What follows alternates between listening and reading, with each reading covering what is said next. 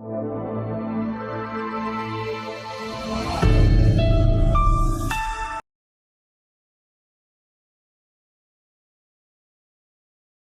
प्यारे बच्चों, कैसे हैं आप?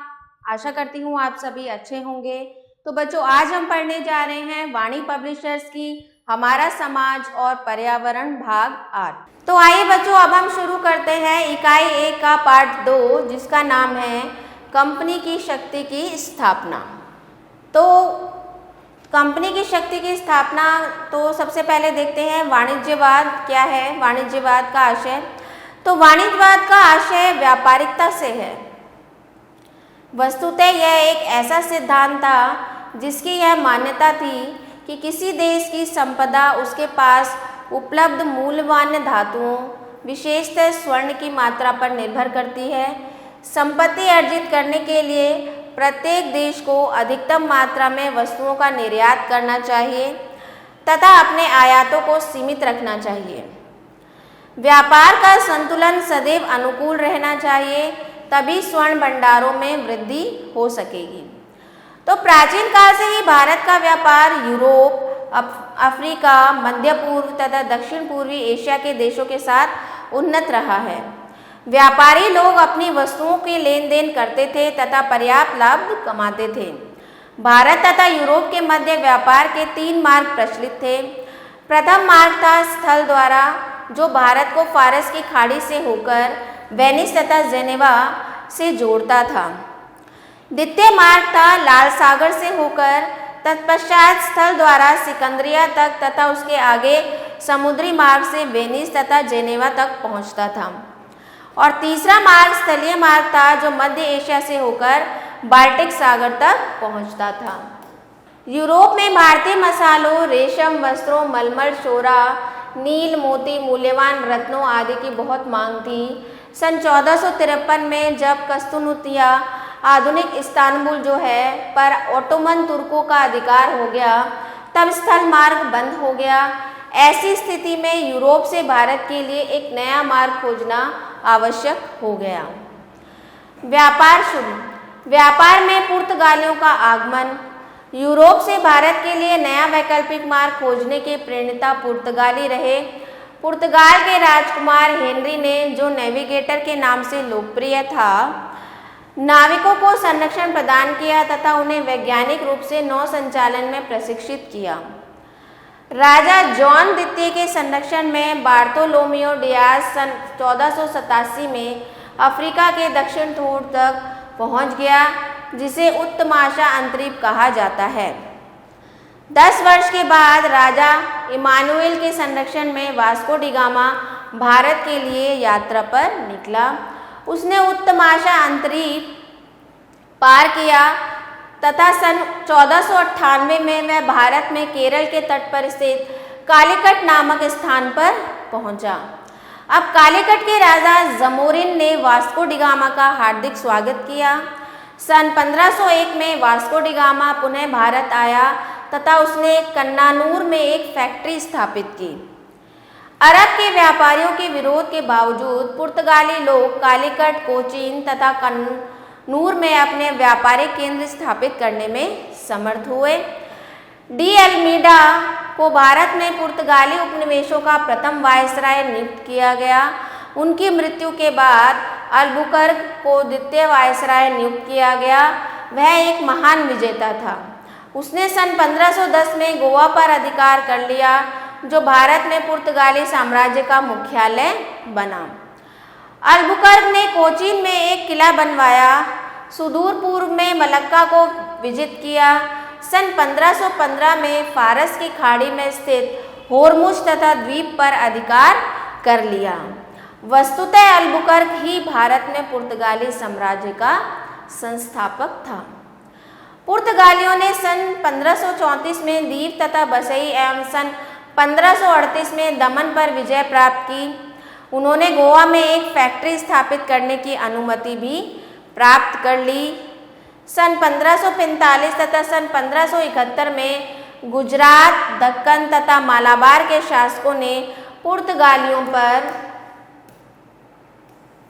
आक्रमण किए, किंतु गोवा पर अधिकार नहीं कर सके। पुर्तगालियों द्वारा विजित उपरोक्त पुर्तगाल के साम्राज्य का अभिन्न अंग बन गए।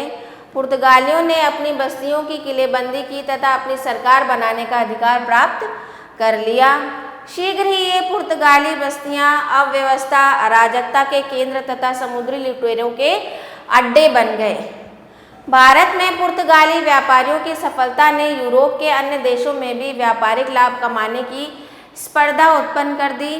यूरोप के अन्य शक्तिशाली देशों में व्यापारिक कंपनियां स्थापित की गई, जिन्होंने व्यापारियों के लाभांश के माध्यम से भारी पूंजी एकत्रित कर ली। इन व्यापारिक कंपनियों को अपने देश की सरकारों का समर्थन व सहयोग प्राप्त था। इस प्रकार 17वीं शताब्दी में इंग्लिश, डच, फ्रेंच तथा डैनिश कंपनियां स्थापित की गईं। कालांतर में पुर्तगालियों का पूर्वी व्यापार पर एकाधिकार समाप्त हो गया तथा अन्य यूरोपीय प्रतिस्पर्धी भी पूर्वी व्यापार में सम्मिलित हो गए। अब डच ईस्ट इंडिया कंपनी के बारे में पढ़ेंगे। डच व्यापारियों ने सन 1592 में अपनी कंपनी स्थापित की। सन 1595 में कार्नेलियस हाउटमैन नामक डच व्यापारी भारत यात्रा पर निकला तथा भारी मात्रा में व्यापारिक माल लेकर वापस लौटा। शीघ्र ही अन्य व्यापारिक कंपनियां भी अस्तित्व में आई। सन 1602 में सभी डच व्यापारिक कंपनियों ने मिलकर डच ईस्ट इंडिया कंपनी की स्थापना की। उनका प्रमुख उद्देश्य भारत पर व्यापार करना था, अतः उन्होंने सुदूर पूर्व के मसालों के द्वीपों पर अपना ध्यान केंद्रित किया। सन 1641 में डच व्यापारियों ने पुर्तगालियों से मलक्का को छीन लिया तथा सन 1658 में सीलोन पर भी अधिकार कर लिया। यद्यपि भारत में उन्होंने मद्रास के समुद्री तट पर स्थित नागपट्टिनम तथा बंगाल में चिंसुरा पर अधिकार कर लिया था, फिर भी भारत में इसकी उपस्थिति नगण्य ही रही। अब आ जाते हैं डैनिश पे। भारत में डैनिश जो लोग आए थे उनके बारे में पढ़ेंगे। यूरोप का एक समुद्र गमन करने वाला देश डेनमार्क है। अन्य यूरोपीय व्यापारियों से प्रोत्साहित होकर डेन व्यापारियों ने भी भारतीय व्यापार में भाग लेने का प्रयास किया। उन्होंने सन 1620 में तंजौर जिले के त्रांकुबार नामक स्थान पर एक बस्ती स्थापित की। सन 1676 में उन्होंने श्रीरामपुर पर अधिकार कर लिया। वे भारत में अपनी स्थिति को मजबूत नहीं कर सके। अंततः सन 1845 में उन्होंने अपनी बस्तियां ब्रिटिश सरकार को बेच दी। अब आगे है इंग्लिश ईस्ट इंडिया कंपनी। सन 1588 में स्पेन की पराजय के बाद अंग्रेज यूरोप की सर्वोच्च सामुद्रिक शक्ति बन गए। इंग्लिश व्यापारियों के एक समूह ने पूर्व के देशों से व्यापार करने के लिए एक कंपनी का गठन किया। 31 दिसंबर 1600 को महारानी एलिजाबेथ ने कंपनी को पूर्वी द्वीप समूह से व्यापार करने का चार्टर प्रदान किया। तृतीय यात्रा कैप्टन हॉकिंस के नेतृत्व में की गई। वह सन 1612 में सूरत आया तथा उसने सूरत में फैक्ट्री स्थापित करने की अनुमति मांगी। सन 1615 में इंग्लैंड के सम्राट जेम्स प्रथम ने सर टॉमस रो को मुगल सम्राट जहांगीर के दरबार में भेजा। सर टॉमस रो मुगल सम्राट से इंग्लिश कंपनी के लिए कुछ व्यापारिक रियासतें प्राप्त करने में सफल रहे। अंग्रेजों ने भी मछलीपट्टनम में आरामगांव स्थान पर अपने व्यापारिक केंद्र स्थापित किए। सन 1639 में इंग्लिश कंपनी ने मद्रास को खरीद लिया तथा फोर्ट सेंट जॉर्ज नामक किलाबंद फैक्ट्री स्थापित करने की अनुमति प्राप्त कर ली। सन 1633 में बालासोर तथा हरिहर में एक सन 1651 में हुगली में फैक्ट्रियां स्थापित की गई। सन 1661 में इंग्लिश कंपनी ने बम्बई द्वीप को सम्राट चार्ल्स द्वितीय से मामूली किराए पर हासिल कर लिया, जिसे सन 1668 में किलाबंद किया गया। अंग्रेजों ने मुगल सम्राट औरंगजेब से कलकत्ता में एक फैक्ट्री स्थापित करने की अनुमति प्राप्त कर ली। उन्होंने सुतानती, कालीहाता तथा गोविंदपुर गांवों को खरीद लिया। जब चारनाक ने सुनातनी स्थान पर एक फैक्ट्री की कलकत्ता में नींव डाली तो इसे सन 1698 में किलाबंद किया गया तथा इसे फोर्ट विलियम कहा गया। अगला है कलकत्ता, मद्रास तथा बम्बई की प्रेसिडेंसियों ने मुगल सम्राट फर्रुखशियर के दरबार में एक संयुक्त मिशन भेजा, जिसे सन 1717 में 3 फरमान प्राप्त करने में सफलता मिली। इन फरमानों द्वारा इंग्लिश कंपनी को बंगाल में मुक्त रूप से व्यापार करने तथा कलकत्ता के आसपास बसने का अधिकार प्राप्त हो गया। इसके बाद कंपनी ने तीव्र दर से प्रगति करते हुए भारत में अन्य सभी प्रतिद्वंदियों शक्तियों के प्रभाव को समाप्त कर दिया। इन्होंने भारत की अस्थिर राजनीतिक दशाओं का लाभ उठाते हुए भारत में ब्रिटिश शासन की स्थापना करने में सफलता प्राप्त की। संक्षेप में कहा जा सकता है कि अंग्रेज व्यापारियों की भांति भारत में आए थे तथा कालांतर में देश के स्वामी बन बैठे। अब आ जाते हैं फ्रेंच ईस्ट इंडिया कंपनी पे। फ्रेंच ईस्ट इंडिया कंपनी की स्थापना सन 1664 में हुई थी। दिसंबर सन 1667 में फ्रांसिस केरन ने, जो कंपनी का डायरेक्टर जनरल था, सूरत में प्रथम फ्रांसीसी फैक्ट्री की स्थापना की। दूसरी फैक्ट्री मसूलीपट्टनम में स्थापित की गई। सन 1672 में फ्रांसिस मार्टिन को डायरेक्टर जनरल नियुक्त किया गया।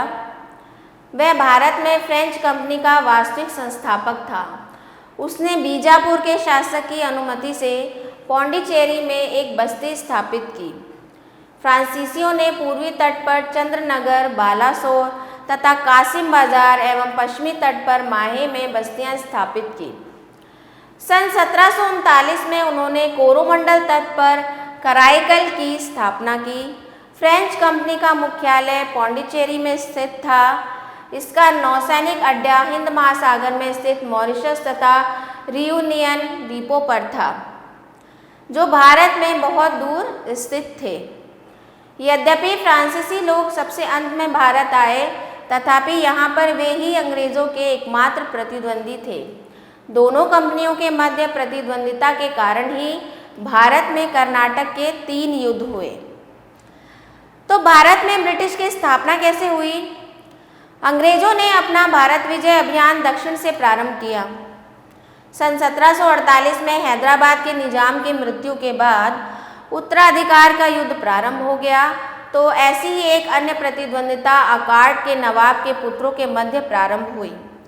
अकार्ड का नवाब वैसे तो निजाम का सूबेदार था, किंतु अपनी योग्यता तथा महत्वाकांक्षा के कारण वह स्वतंत्र हो गया था। दोनों ही परिस्थितियों में फ्रांसीसियों तथा अंग्रेजों ने परस्पर विपक्षी गुट का साथ दिया। संघर्ष के प्रथम दौर में, जिसे कर्नाटक का द्वितीय युद्ध कहा गया, पौंडीचेरी के गवर्नर डुप्ले के नेतृत्व में फ्रांसीसी अपने उम्मीदवारों को हैदराबाद तथा अकार्ड के सिंहासनों पर आसीन करने में सफल हुए। इस घटना के 2 वर्ष पूर्व कर्नाटक के प्रथम युद्ध में डुप्ले ने अकार्ड के नवाब अनवरुद्दीन के विरुद्ध विजय का प्रथम स्वाद चखा था। सैन्य दृष्टि से तो यह एक छोटा सा युद्ध था, किंतु इसका ऐतिहासिक महत्व अत्यधिक था। मुट्ठी भर पाश्चात्य सैनिकों का लगभग 500% भारतीय सिपाहियों ने सरलता से अपने से 20 गुना बड़ी नवाब की सेना को पराजित कर दिया था। द्वितीय विजय ने डुप्ले की महत्वाकांक्षा को पंख लगा दिए थे, किंतु सन 1752 में इंग्लिश ईस्ट इंडिया कंपनी के एक बहादुर कर्मचारी रॉबर्ट क्लाइव के हस्तक्षेप से अंग्रेजों का भाग्य पलट गया। क्लाइव ने अकार्ड को फ्रांसीसियों से छीनकर सिंहासन पर अपने उम्मीदवार को बिठाया।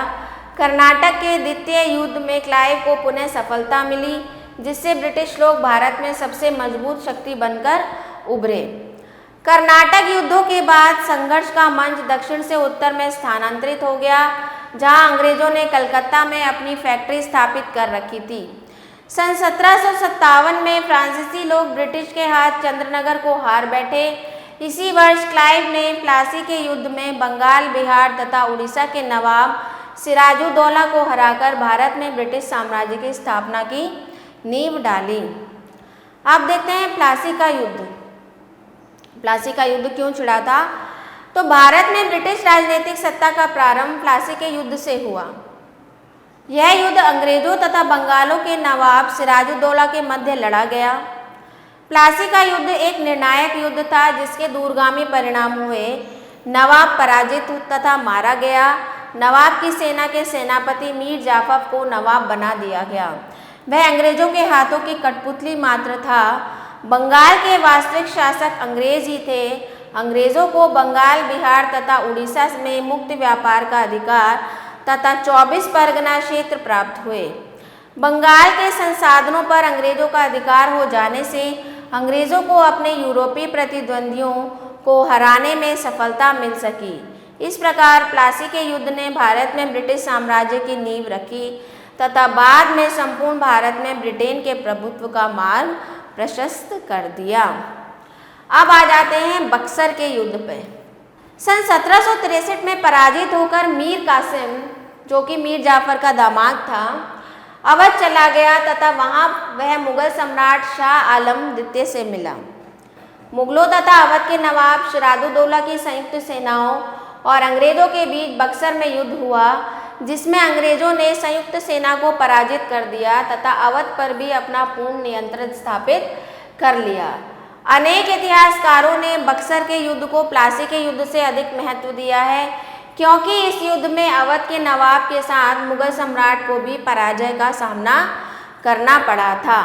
इस वजह से अंग्रेजों को उत्तर पश्चिमी सीमांत को नियंत्रित करने का अवसर प्राप्त हो गया। प्लासी की विजय से आरंभ हुई प्रक्रिया को बक्सर के युद्ध ने पूर्ण किया और बंगाल अंग्रेजों के अधीन हो गया। उसके बाद आता है इलाहाबाद की संधि। बक्सर युद्ध के बाद क्लाइव ने मुगल सम्राट शाह आलम द्वितीय एवं अवध के नवाब शुजाउद्दौला के साथ इलाहाबाद की संधि की।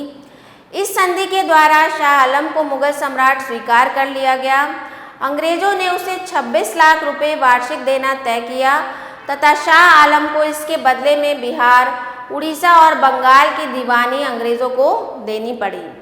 इस प्रकार कंपनी को भारत में राजस्व वसूल करने का अधिकार मिल गया।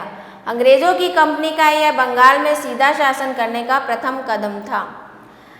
अगला है नवाब शुजाउद्दौला ने 50 लाख रुपए अंग्रेजों को वार्षिक देकर अवध को पुनः प्राप्त कर लिया। अब अंग्रेज इलाहाबाद की संधि द्वारा इलाहाबाद, अवध, बिहार, उड़ीसा एवं बंगाल के स्वामी बन गए। मुगल सम्राट उनके संरक्षण में मात्र पेंशनर बनकर रह गए। आगे देखते हैं भारत में ब्रिटिश शासन का विस्तार कैसे हुआ। सन 1767 से 1805 ईस्वी तक का समय है। तो अंग्रेज ईस्ट इंडिया कंपनी सन 1767 से 1805 की अवधि में एक व्यापारिक संस्था मात्र न रहकर भारत की सबसे बड़ी शक्ति बन गई। बंगाल में क्लाइव ने दोहरी शासन व्यवस्था कायम की। लोगों के कल्याण कार्यों का उत्तरदायित्व नवाब पर था, लेकिन वास्तविक शासन शक्ति अंग्रेजों के अधीन थी। कंपनी की ओर से नियुक्त उप दीवान कंपनी के लिए राजस्व एकत्रित करते थे। राजस्व का कुछ भाग कंपनी प्रशासन पर व्यय कर शेष राशि ब्रिटेन भेज देती थी। अतः बंगाल का धन धीरे धीरे देश से बाहर जाने लगा। फिर अगला है वॉरेन हेस्टिंग, जो सन 1772 में बंगाल का गवर्नर बना था। उसे सन 1774 में भारत का गवर्नर जनरल बना दिया गया। उसने बंगाल में दोहरी शासन व्यवस्था का अंत कर दिया। कंपनी का सन 1772 में बिहार, बंगाल, उड़ीसा, बम्बई, मद्रास पर सीधा नियंत्रण तथा कर्नाटक एवं अवध पर परोक्ष नियंत्रण था।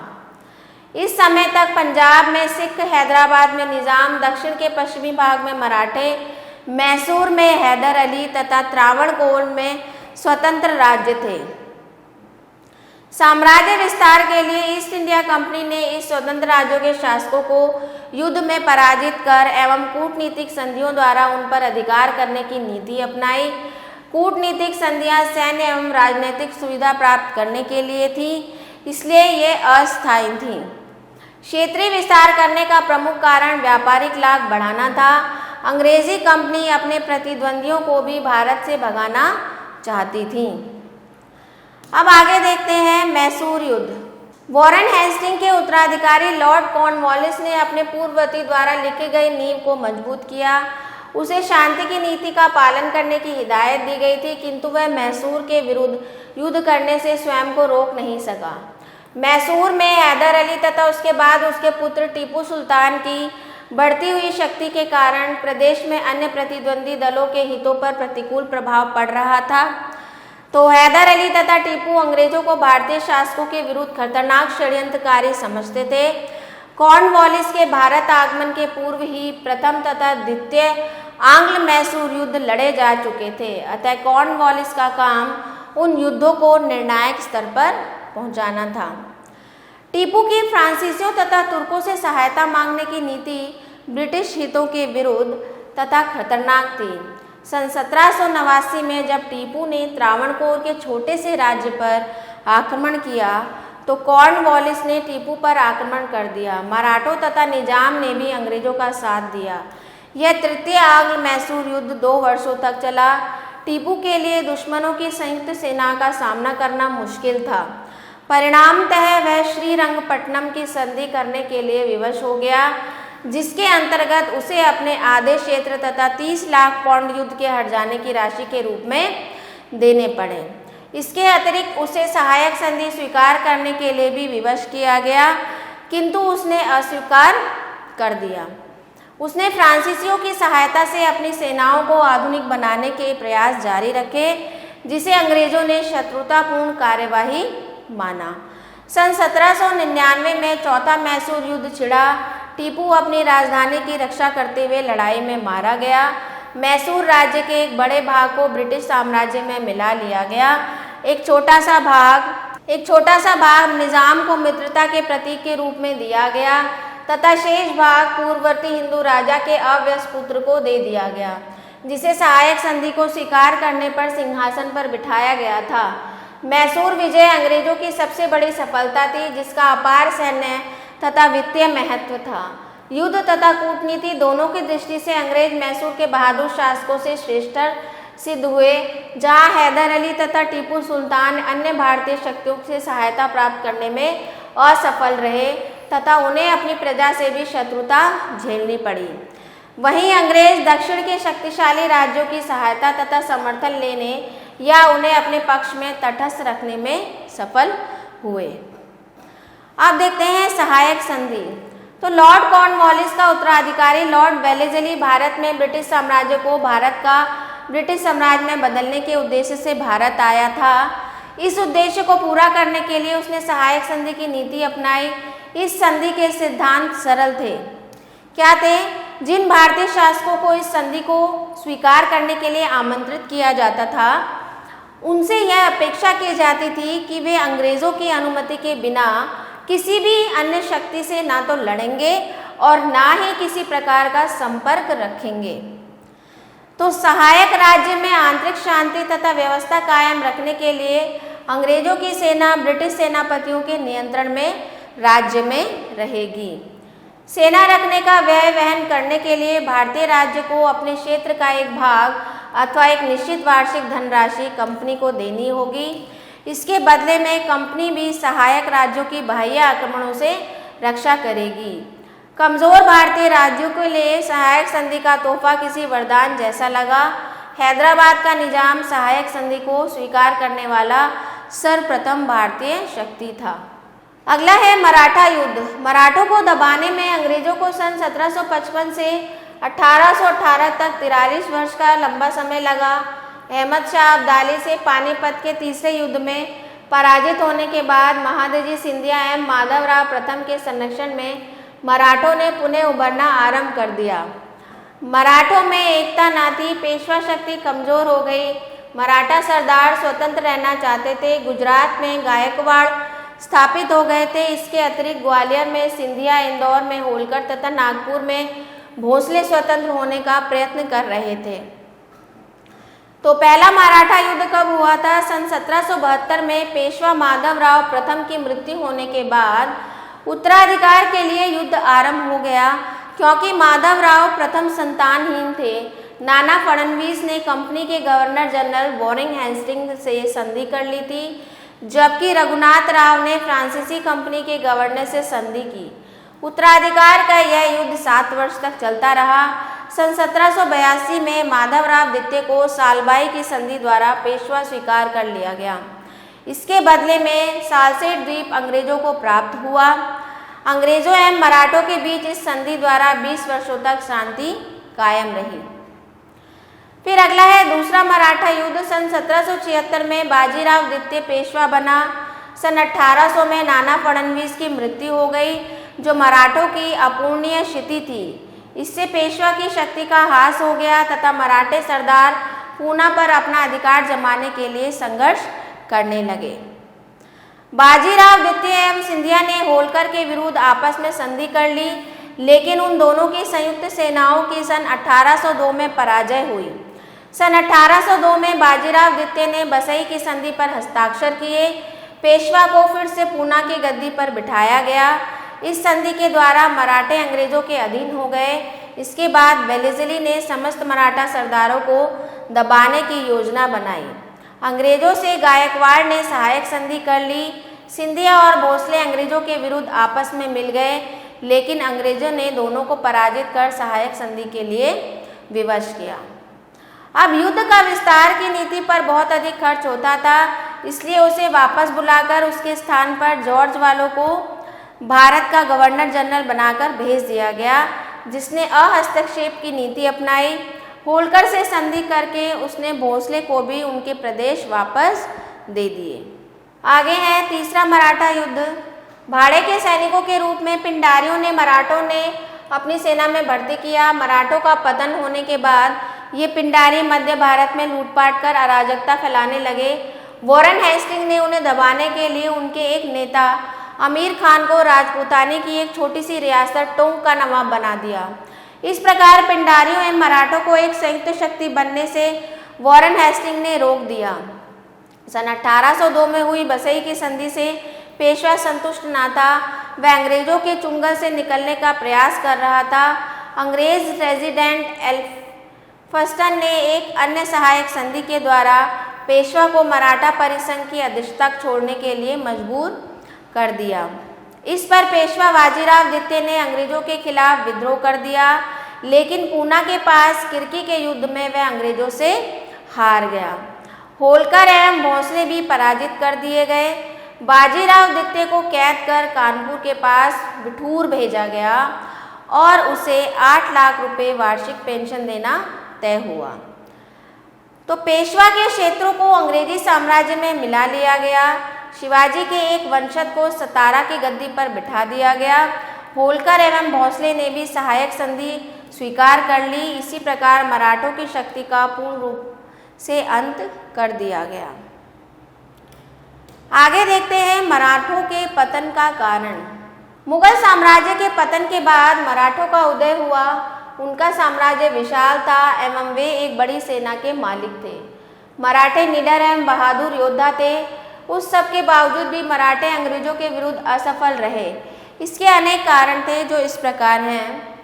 सबसे पहला कारण था मराठे आमने सामने के युद्ध में निपुण नहीं थे, वे गुरिल्ला युद्ध में माहिर थे। मराठों का भौगोलिक ज्ञान भी अपूर्ण था, जबकि अंग्रेजों को स्थानीय भौगोलिक परिस्थितियों की पूर्ण जानकारी थी। इसी कारण वे मराठों के विरुद्ध सफल हुए। तीसरा, अंग्रेजों के पास अनंत साधन थे, वे कूटनीति में भी निपुण थे। चौथा, मराठों ने सैन्य संगठन, प्रशिक्षित पैदल सेना तथा तोपखाने की ओर भी ध्यान नहीं दिया। मराठों का साम्राज्य विशाल होने के बावजूद संगठित न था। उसके सरदार अपने अपने क्षेत्रों में स्वतंत्र शासन करते थे। अंग्रेजों ने इसका लाभ उठाया। मराठों ने वित्त विभाग की सही व्यवस्था नहीं की। उन्हें जब भी धन की जरूरत होती थी तो लूटपाट करके धन प्राप्त कर लेते थे। मराठों का शासन शोषण पर आधारित था। 19वीं शताब्दी के आरंभ में अधिकांश उच्च कोटि के मराठा नेता मृत्यु को प्राप्त हो गए थे। मराठा शक्ति कमजोर हो रही थी, जबकि अंग्रेज अधिक शक्तिशाली हो रहे थे। मराठों में राष्ट्रीय भावना की कमी थी तथा उनका दृष्टिकोण भी संकीर्ण था। वे जनहित की बजाय स्वार्थ पूर्ति में लगे रहते थे। अगला देखते हैं आंग्ल नेपाल युद्ध। मराठों को हराने के कारण अंग्रेजों का नेपाल से संघर्ष हुआ। नेपाल के शक्तिशाली गोरखों द्वारा उत्तर भारत के मैदानी क्षेत्र को हथियाने के कारण ब्रिटिश भारत का हित प्रभावित हुआ, जिस कारण आंग्ल नेपाल युद्ध जरूरी हो गया। शुरू में अंग्रेजों की हार हुई, लेकिन अंत में गोरखा नेता अमर सिंह परास्त हुआ तथा सन 1816 में सुगौली की संधि पर हस्ताक्षर किए गए। गोरखों ने इस संधि के द्वारा गढ़वाल एवं कुमायूं अंग्रेजों को दे दिए। अंग्रेजों का विस्तार अब उत्तर पश्चिम पहाड़ों तक हो गया। गोरखों से पूरब में स्थित सिक्किम को भी ले लिया गया।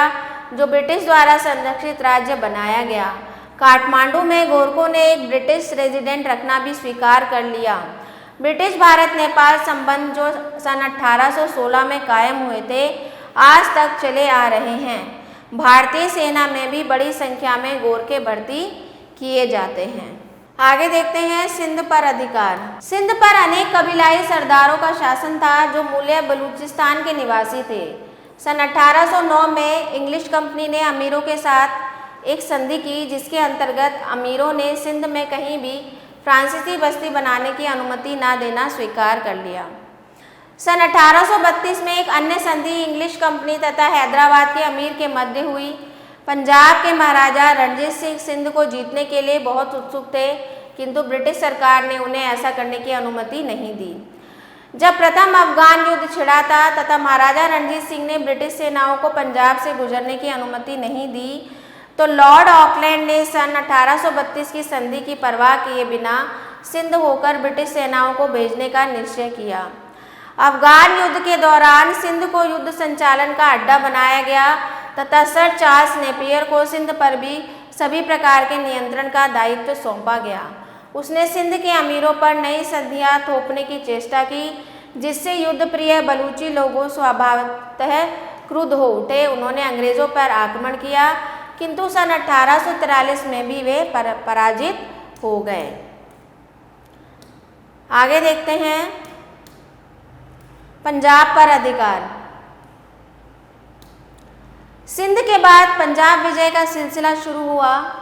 अंग्रेजों के लिए यह विजय अपने साम्राज्य को उत्तर पश्चिम सीमांत तक विस्तृत करने के लिए आवश्यक थी।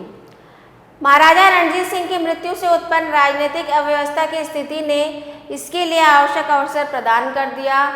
अंग्रेजों के राजनीतिक एजेंट मेजर ब्रॉडफुट ने सिख सामंतों में फूट डालने के भरसक प्रयास किए तथा सिख सेना को सतलुज नदी पार करने के लिए उकसाया। अमृतसर की संधि के अंतर्गत सतलज नदी के अंग्रेजों तथा महाराजा रणजीत सिंह के क्षेत्रों के मध्य सीमा रेखा के रूप में निश्चित किया गया। जैसे ही सिखों की सेना ने सतलज नदी को पार किया, लॉर्ड हार्डिंग ने युद्ध की घोषणा कर दी, जिसे प्रथम आंग्ल सिख युद्ध कहा जाता है। यह युद्ध सिखों के अपने जनरल तेज सिंह तथा अन्य के हाथों खालसा का जानबूझकर किया गया विनाश सिद्ध हुआ। अंग्रेजों ने लाहौर जाकर संधि की शर्तें निर्धारित की। मार्च 1846 में लाहौर की संधि पर हस्ताक्षर किए गए, जिसके अंतर्गत महाराजा दिलीप सिंह ने सतलज नदी की बाईं ओर तथा सतलज एवं व्यास नदियों के मध्य स्थित अपने सभी क्षेत्रों से अपना अधिकार त्याग दिया।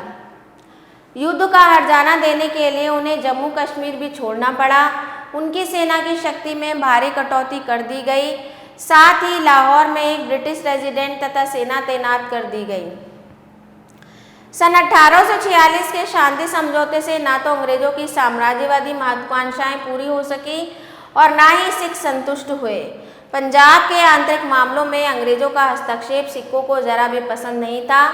उन्होंने मुसलमानों को दी गई रियायतों का भी अनुमोदन नहीं किया। सेना से निकाले गए सैनिक रोजगार छीनने से असंतुष्ट थे। महाराजा दिलीप सिंह की संरक्षण रानी जिदान पर षड्यंत्र का आरोप लगाकर उसे चुनार भेजने का निर्णय ने आग में घी का काम किया। लॉर्ड डलहौजी पंजाब पर अधिकार करने के अवसर की प्रतीक्षा में था। उत्तराधिकारी के प्रश्न पर मुल्तान में हुए विद्रोह ने यह अवसर प्रदान किया। इसी बीच 2 अंग्रेज अफसरों की हत्या कर दी गई। इन परिस्थितियों में द्वितीय आंग्ल सिख युद्ध छिड़ गया। युद्ध के अनेक सिलसिलों के बाद सिखों ने अंततः समर्पण कर दिया। महाराजा दिलीप सिंह को पेंशन देकर इंग्लैंड भेज दिया गया। सुप्रसिद्ध कोहिनूर हीरा भी उनसे छीन लिया गया तथा उसे महारानी विक्टोरिया के पास भेज दिया गया। द्वितीय आंग्ल युद्ध द्वारा भारत में साम्राज्य विस्तार के लिए किए गए सीमावर्ती युद्ध के क्रम में अंतिम था। आगे देखते हैं गोद निषेध अधिनियम द्वारा राज्य हड़प नीति। इंग्लिश कंपनी के डायरेक्टरों ने गोद निषेध अधिनियम की घोषणा सन 1834 में कर दी। इसका तात्पर्य यह था कि यदि किसी निर्भर राज्य के शासक की मृत्यु बिना किसी उत्तराधिकारी के हो जाती है तो उसके दत्तक पुत्र को उत्तराधिकारी नहीं माना जा सकता। वह राज्य कंपनी के अधिकार में आ जाएगा। लॉर्ड डलहौजी ने विजय के अतिरिक्त गोद निषेध अधिनियम लागू करते हुए सतारा, जैतपुर, उदयपुर, संबलपुर, नागपुर, मगध तथा झांसी पर अधिकार कर लिया। कुशासन का आरोप लगाते हुए बराड़ तथा अवध पर भी अधिकार कर लिया गया। इसी प्रकार उसने कर्नाटक तथा तंजौर के शासकों के पद तथा पेंशन समाप्त करके इन्हें ब्रिटिश साम्राज्य में मिला लिया। अगला है भारतीय राज्यों की पराजय के कारण। मुगल साम्राज्य के विघटन से उभरे प्रादेशिक राज्य आकार में छोटे तथा संसाधनों में कमजोर थे। ये राज्य परस्पर लड़ते रहते थे, अतः वे अंग्रेजों के विरुद्ध कभी एकजुट नहीं हुए। भारतीय शासकों ने जनता को स्थायी तथा कुशल प्रशासन नहीं दिया, अतः वे अपनी प्रजा की निष्ठा प्राप्त नहीं कर सके।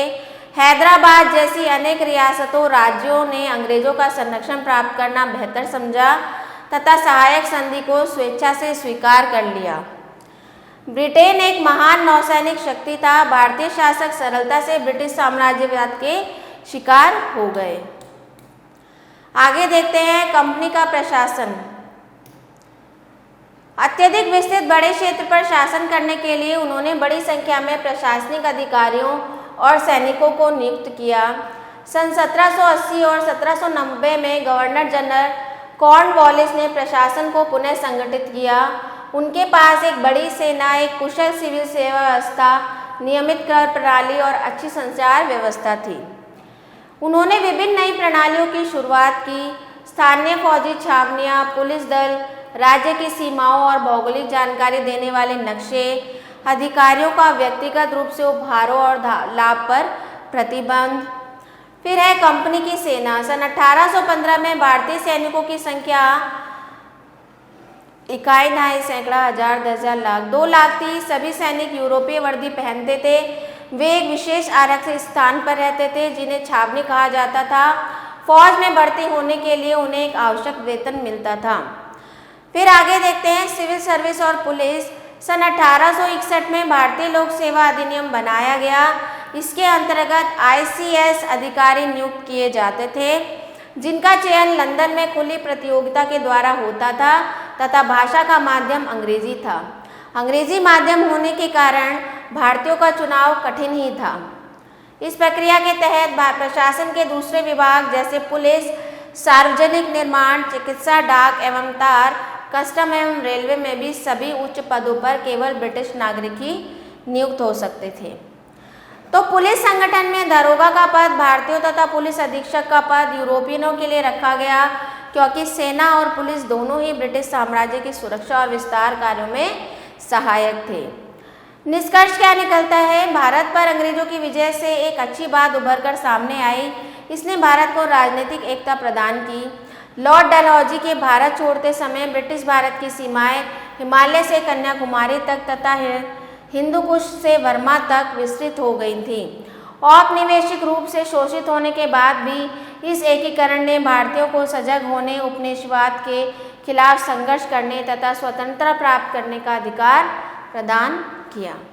तो ये था आपका पाठ। अब देखते हैं कुछ याद रखने योग्य बातें।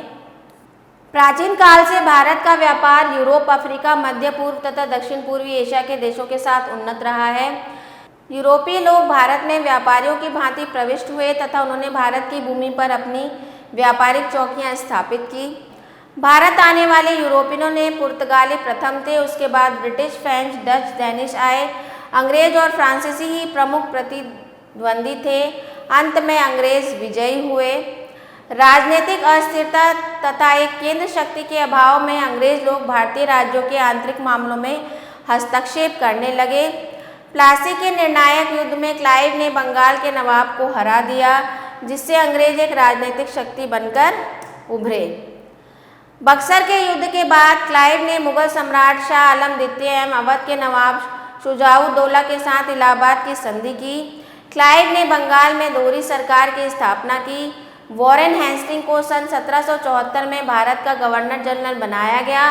उसने बंगाल में दोहरी शासन व्यवस्था का अंत कर दिया। मराठों को पराजित करने में अंग्रेजों को 43 वर्षों का समय लगा। तो ये था आपका पाठ। इसके बाद अभ्यास कार्य हैं जो आपको स्वयं से करने हैं। तो आशा करती हूँ आपको पाठ अच्छे से समझ में आया होगा।